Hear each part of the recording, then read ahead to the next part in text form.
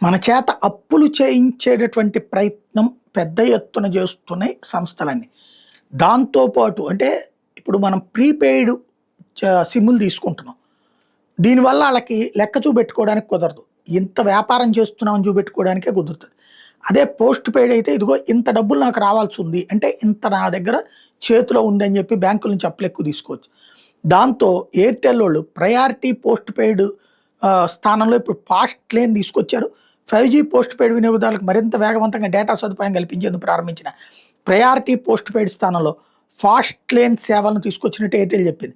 ఈ మేరకు వెబ్‌సైట్‌లో కూడా మార్పులు చేసింది. అయితే ఈ సేవలు పొందుతున్న వినియోగదారుల మొబైల్ ఫోన్‌లో సిగ్నల్స్ మాత్రం ఎయిర్‌టెల్ ప్రయారిటీ ప్లాన్‌గానే చూపిస్తాయి. సంస్థ నెట్వర్క్‌లో కొంత భాగాన్ని ఈ సేవల వినియోగదారులకు కేటాయించడం వల్లే వేగవంత డేటా సేవలు లభిస్తాయని సంస్థ చెబుతోంది.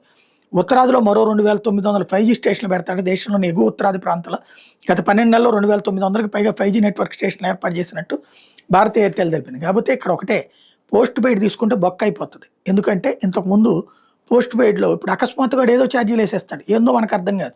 అడిగితే మీరు వెళ్ళి అక్కడ ఎయిర్‌టెల్ ఆఫీస్‌లో కనుక్కోండి అంటారు. ఎయిర్‌టెల్ దగ్గరికి వెళ్తే గనక దీనికి వేసామని చెప్తారు. తగ్గించమంటే ఎందుకు మాకు చెప్పకుండా ఎట్టేస్తారంటే మీకు ఎప్పుడో మెసేజ్ వచ్చిందంటారు. పోస్ట్ పెయిడ్ అంత దిక్కుమాలిన పని ఇంకోటి లేదు. ప్రీపెయిడే కరెక్ట్.